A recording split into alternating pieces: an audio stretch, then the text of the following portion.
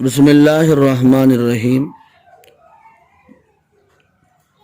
عقائد پر جنت و دوزخ کا فیصلہ ہے۔ عقائد پر جنت و دوزخ کا فیصلہ ہے، یعنی عقیدہ صحیح ہے تو جنت ملے گی، اور اگر عقیدہ غلط ہے تو دوزخ میں جانا پڑے گا۔ اس لیے جہاں تک ہو سکے اپنے عقائد کی اصلاح کرتے رہنا چاہیے۔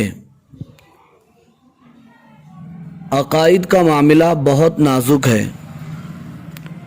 عقائد کی صحت پر دوزخ کے ہمیشہ والے عذاب سے نجات پانے اور جنت کی ابدی نعمتوں سے نوازا جانا موقوف ہے۔ یعنی عقائد اگر صحیح ہیں تو دوزخ کے ہمیشہ والے عذاب سے نجات پائیں گے، اور اگر عقائد صحیح ہیں تو جنت کی ابدی یعنی ہمیشہ رہنے والی نعمتوں سے مالا مال کیے جائیں گے۔ جس کا عقیدہ کفریہ ہو، جس کا عقیدہ کفریہ ہو وہ ہمیشہ دوزخ میں رہے گا۔ اس لیے اپنے عقیدے درست کرنا اور بچوں کو صحیح عقائد سمجھانا سکھانا اس زندگی کا سب سے بڑا فریضہ ہے۔ صاحب کتاب کیا کہتے ہیں؟ بچوں کو صحیح عقائد سمجھانا سکھانا اس زندگی کا سب سے بڑا فریضہ ہے، یعنی نوکری دلانا، ان کو تعلیم سے آراستہ کرنا، صحیح جگہ ان کی شادیاں کرنا، انہیں کاروبار لگا کے دینا، ان کو پیروں پر کھڑا کرنا، یہ چھوٹے فریضے ہیں۔ بڑا فریضہ کیا ہے؟ لیکن عورتیں کیا سمجھتے ہیں؟ شادی کرنا، میری بچی اچھی رہنا، اور سسرال میں اس کا سکہ چلنا، اس کا شوہر اس کی مٹھی میں رہنا۔ صحیح بات ہے یہ؟ ایسا سوچتے نا جی بڑے عورتیں۔ پھر اس کے بعد بچے ہوئے تو نواسے نواسیاں پوچھو نکو، ان کی بڑی فکر۔ تو خیر اچھی بات ہے، لیکن پہلی بات کیا ہے؟ بچوں کو دینی تعلیم دینا اور ان کے عقائد صحیح کرنا، اور اولاد کے سب سے بڑی ہمدردی ہے صحیح عقائد کی تعلیم دینا اور سکھانا اولاد کے ساتھ سب سے بڑی، اس لیے کہ اگر عقائد صحیح نہیں ہے تو بچے کہاں جائیں گے؟ دوزخ میں جائیں گے۔ اللہ ہم سب کی حفاظت فرمائے۔ حضرت عمر ابن شعیب رضی اللہ عنہ کی روایت کردہ دوسری حدیث میں ہے کہ حضور اقدس صلی اللہ علیہ وسلم کا یہ طریقہ تھا، جب عبد المطلب کی اولاد میں سے کوئی بچہ بولنے لگتا تھا۔ عبد المطلب کون ہے؟ یہ ہمارے نبی کے اللہ اکبر، آپ لوگ اتنے دنوں سے پڑھ رہے ہیں، حضور کے دادا ہیں، حضور کے چاچا ابو طالب ہیں، اور عبد المطلب دادا ہیں۔ تو عبد المطلب کے 10 بیٹے تھے، تو ظاہر بات ہے 10 بیٹے رہیں گے تو ان کے اور بھی بچے ہونے لگیں گے، وہ حضور کے رشتے میں ہوں گے نا سب بچے۔ اس لیے کہ ہمارے نبی کے والد عبداللہ وہ بھی عبد المطلب کے بیٹے تھے۔ جب عبد المطلب کی اولاد میں سے کوئی بچہ بولنے لگتا تھا تو آیت وَقُلِ الْحَمْدُ لِلَّهِ الَّذِي سکھاتے تھے، یہ آیت سکھاتے تھے۔ تو ٹھیک ہے، یہ آیت بھی سکھا سکتے ہیں آپ، یا پھر اس کو اللہ اللہ بھی سکھا سکتے ہیں، یا پھر کلمہ لا الہ الا اللہ محمد الرسول اللہ، یہ الفاظ بھی سکھانا ہے اور اس کا بچے کو ترجمہ بھی بتانا ہے، اس کا مطلب بھی سمجھانا اور بتانا ہے۔ سکھانے کا مطلب یہ ہوتا ہے، یہ نہیں طوطی کی طرح رٹا دیے ٹیں ٹیں ٹیں، بچہ وہی اللہ بول دیا تو خوش ہو گئے، لا الہ الا اللہ بول دیا تو خوش ہو گئے. اس سے مغفرت کا وعدہ نہیں ہے.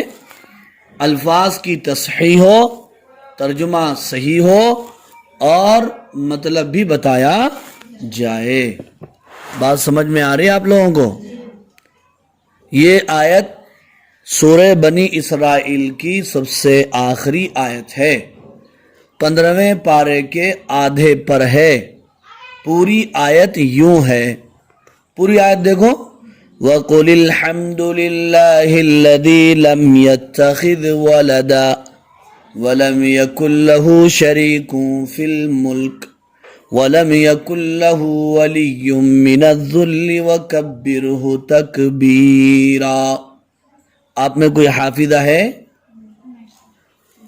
اور آپ فرما دیجئے سب تعریفیں اللہ ہی کے لیے ہیں، جس نے نہ اپنی کوئی اولاد بنائی اور نہ ملک میں اس کا کوئی شریک ہے، بادشاہت میں اس کا کوئی شریک اور نہ کوئی اس کا مددگار ہے.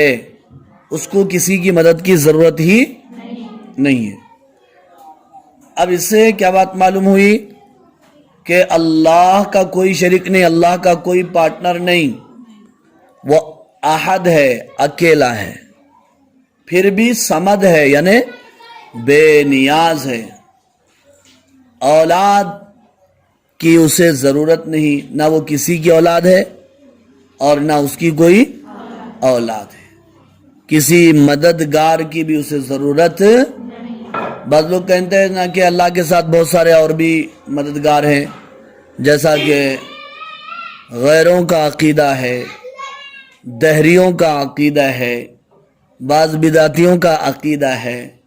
چونکہ ہم اللہ کا کرم ہے مسلمان گھرانے میں پیدا ہوئے ہیں اور اسلامی گھرانے میں ہم نے آنکھیں کھولی ہیں، اس لیے ہمیں اسلامی عقائد کی قدر نہیں ہے. ورنہ دنیا میں لوگ اللہ کو چھوڑ کر بہت ساری چیزوں کی پوجا کرتے ہیں اور بہت ساری چیزوں کو اپنا رب مانتے ہیں. ہمارے ہندوستان میں بہت عجیب بات ہے، ہندوؤں کے تو بے شمار دیوتائیں ہیں، بے شمار خدائیں ہیں. آپ تو معلوم ہے نا، چاند سورج سے لے کر زمین کے سانپ بچھوؤں تک بھی ان کے خدا ہیں.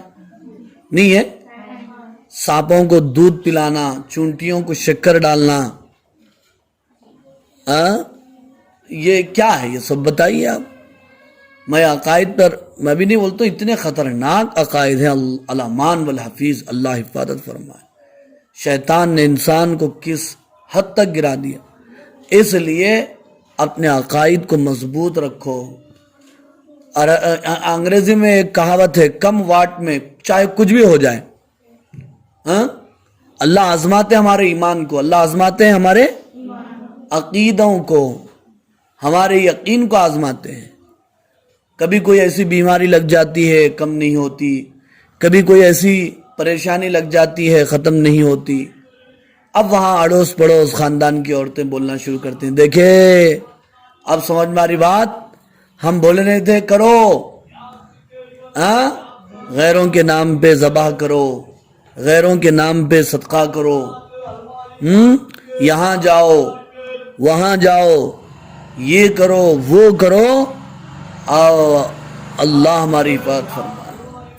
حضرت ایوب علیہ السلام کے بارے میں تو آپ جانتے ہیں نا، کتنے بیمار ہو گئے تھے اور سب نے ان کا ساتھ چھوڑ دیا تھا سوائے ان کی ایک بیوی جن کا نام غالباً رحمت تھا نا.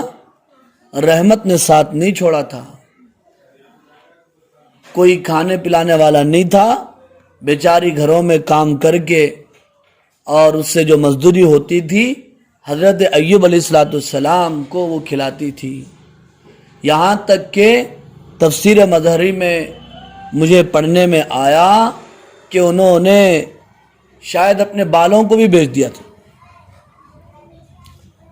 اب دیکھیے جب سب کچھ ختم ہو گیا تو شیطان ان کے پاس ایک ڈاکٹر، طبیب اور حکیم کی شکل میں آیا، کہنے لگا کہ میں تمہارے شوہر کا علاج کروں گا، مگر ایک شرط یہ ہے کہ وہ کھانا کھانے سے پہلے بسم اللہ نہ پڑھے، میرا نام لے لیں، جی،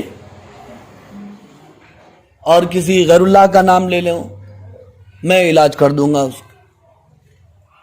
تو بی بی رحمت چلی، اپنے شوہر کے پاس پہنچی اور بس اتنا ہی کہا تھا، حضرت، اس کو بند کر دو، پیانو کو بند کر دو،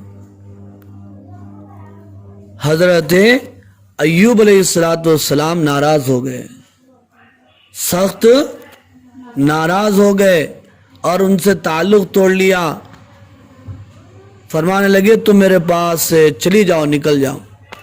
یہاں شاید کہ اسی وقت انہوں نے نیت بھی کر لی تھی، قسم بھی کھا لی تھی کہ میں اپنی بیوی کو 100 لکڑیاں ماروں گا۔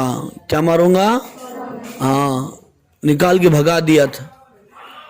تو بیچاری چلی گئی، روتی رہی، اللہ سے دعا کرتی رہی۔ جب امتحان پورا ہوا، اللہ تعالیٰ نے حضرت ایوب علیہ السلام کو شفا و صحت عطا فرمایا، پھر ان کی ساری چیزوں کو لوٹا دیا اور پہلی جیسی صحت بن گئی۔ بعد میں حضرت رحمت آئی اپنے شوہر کے پاس، حضرت ایوب علیہ السلام کے پاس، تو انہی سے پوچھنے لگی کہ بھئی یہاں پر ایک بیمار رہتا تھا، وہ کون ہے؟ وہ کون ہے؟ اس طرح انہی سے پوچھنے لگی۔ انہوں نے کہا کہ میں ہی ایوب ہوں، اللہ نے مجھے صحت سے نوازا۔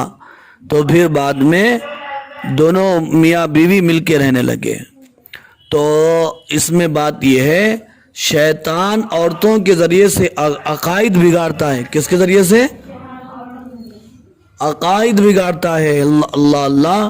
تو اس لیے اپنے عورتیں اپنے عقیدے کو تصحیح کریں۔ آپ ہی اپنے بچوں کا ذہن بنانے والی، آپ ہی اپنے بچوں کا یقین بنانے والی ہیں۔